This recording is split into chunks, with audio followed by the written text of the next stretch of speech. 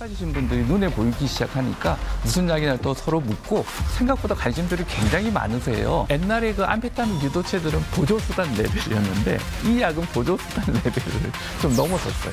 일론 머스크가 큰 선전을 해줬죠. 기적의 약이라고, 기적의 약이라고. 앞으로 이 약은 대세가 될. 최첨단 우주산업은 물론 전기차 생산으로 세계적 부에 오른 유명 기업인 일론 머스크. 언제나 넉넉한 살찐 모습으로 대중을 만났던 그가 어느 날 14kg이나 감량한 모습으로 나타났다. 세계적인 탑 모델 킴 카다시안. 그녀 역시 단기간 3주 만에 7kg을 감량하면서 수많은 이들의 관심을 불러 모았다. 일론 머스크와 킴 카다시안. 두 사람의 다이어트 성공 비결은 무엇이었을까? 그것은 바로 덴마크의 한 제약회사가 개발한 GLP-1 계열의 비만 치료제. 과연 그 효과는 어느 정도일까? 안녕하세요. 저는 동국대병원 일산병원에 근무하고 있는 오상호라고 합니다. 지난 한 30년 가까이 비만 진료를 해왔습니다. 이쪽 계통의 약을 썼던 분들 중에 기억나는 분이 한 200kg 정도에서 오신 분이 계신데요. 거의 한 100kg 가까이 빠졌죠.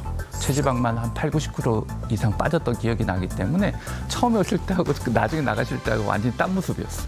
근데 사실은 이 약 때문에 빠진 거는 아니에요.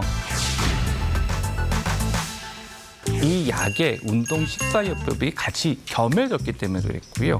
내장 기관이 그냥 있는 기관이 아니고요. 단순히 먹고 나서 여러 가지 영양소를 흡수하는 기전만 있는 게 아니라 소화 이외에 다른 기전이 있는데 그 기전 중에 하나가 내분비 기관으로 역할을 한다는 겁니다. 여기서 잠깐. 내분비 기관의 역할 궁금하시죠? 내분비계는 우리 몸의 내부로 호르몬을 분비하는 신체 기관들을 총칭하는 말입니다. 신체 기관에서 호르몬을 혈액 내로 분비하면 호르몬이 혈액을 타고 목표 장기로 이동하여 효과를 나타낸다. 호르몬은 신체의 성장과 발달, 대사 및 항상성을 유지하는 데 중요한 역할을 담당한다. 음식이 들어왔습니다 하고 뇌에 신호를 줘야 우리가 음식을 더 안 먹게 되겠죠. 그래서 이 음식을 먹고 나서 이 뇌에 신호를 주는 여러 가지 그 신호 물질들을 분비하는데 그 중에 하나가 이제 이 비만 약으로 요즘 많이 쓰고 있는 GLP-1이라는 거고요.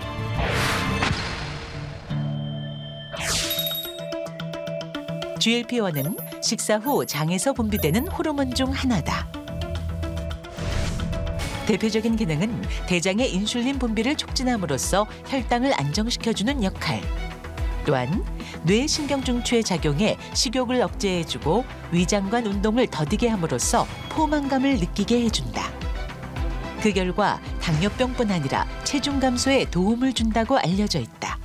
근데 이 호르몬들이 금방 사라집니다. 그래서 한 몇 분이면 사라지기 때문에 몇 분 만에 없어지는 이 작용을 조금 늘려보면 어떨까 해서 이 약에 대한 아미노산 배열을 조금 바꿔봤더니 이 약의 작용하는 시간이 너무 길어지는 거예요. 너무 길어진다는 거는 비만에 활용할 수 있겠다 하고 생각을 했고요.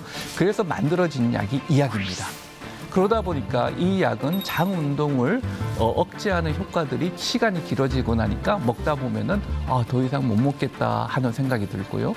거기다 이제 뇌에 가서 뇌 안에 있는 식욕 조절 중추에 가서 여러 가지 식욕을 더 이상 안 먹어도 되고 식욕을 떨어뜨리는 효과를 같이 가게 됐죠. 이러한 이중 효과로 인해서 이 약이 비만 효과에 아주 탁월하다는 이야기를 듣게 됐고요. 그러다 보니까 이 약을 조금씩 여러 가지로 개발해보자 하고 이야기들이 많이 나오고 그런 연구들이 진행되다 보니까 하루에 한 번 맞던 주사제를 일주일에 한 번 맞게 됐고요. 곧 나올 약은 한 달에 한 번 맞게끔 이 약들이 많이 진화되고 있습니다. 사실은 이제 미용 목적으로 이 약을 많이 씁니다. 근데 저는 그 부분도 상당히 존중을 합니다. 왜냐하면은 우리 사회가 조금만 뚱뚱해도 그 사람을 바라보는 시각이 실질적으로 조사를 해봤더니요. 능력이 없는 사람, 자기 관리가 안 되는 사람 이렇게 보는 경우가 많아요.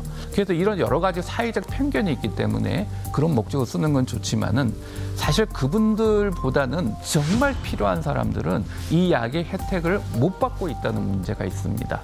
60kg가 한 55kg 되는 것보다는 한 120, 130, 150 되는 분들이 사실 살을 더 빼고 이 약이 더 필요한 상태에 놓여 있는 거죠.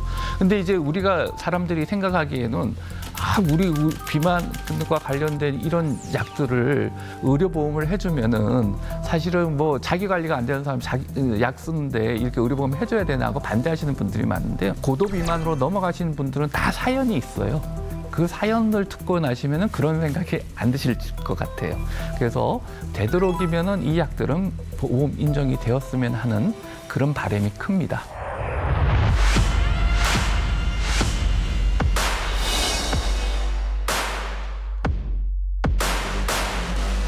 제일 많이 나오는 부작용은 아무래도 장 운동을 억제하니까 여러 가지 소화 부작용이 좀 많이 생기죠. 설사를 한다든지 변비가 생긴다든지 생길 수가 있고요.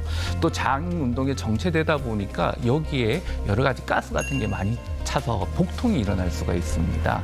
이 소화기 계통의 증상이 제일 흔한 증상이고요. 아주 드문 부작용들로 요즘 많이 뉴스에 나오고 있죠. 그게 이제 담낭에 담석이 생겨서 담낭염이 잘 생긴다 하는 이야기가 있는데요. 이 약의 효과보다는 사실 이 약이 살을 빨리 빼게 함으로 인해서 생길 가능성이 높습니다. 왜냐하면요, 실제적으로 살이 빨리 빠지는 사람들이 보면은 담석이 잘 생기고 담낭염이 잘 생기거든요.